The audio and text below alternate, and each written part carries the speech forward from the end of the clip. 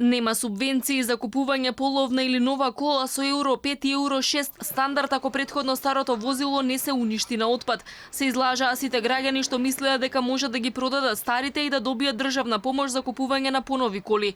Семејствата кои немаат автомобил нема да можат да аплицираат за субвенции. Законот за возила веќе е објавен во службен весник, но подзаконските акти ќе се донесат во септември. Од Министерството за економија ќе инсистираат да важи овој услов. Старото возило регистрирано не подолго од 6 месеци да се остави во овластен отпад од Министерството за животна средина и да се одјави во МВР.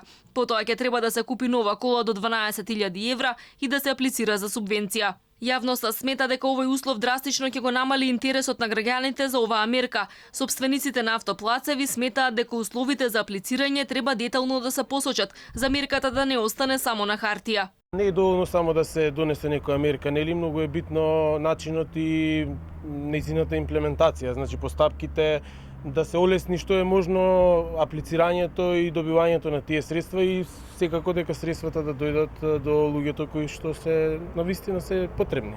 Возилата со минимум Евро 5 еко стандард на автоплацевите чинат од 5000 евра па нагоре. Сепак над 95% од сите возила на автоплацевите се со понизок стандард и се купуваат за 2 до 4000 евра. Собствениците на автоплацеви се надеваат дека ако оваа мерка профункционира, ќе почнат да увезуваат понови коли и ќе имаат поголема продажба.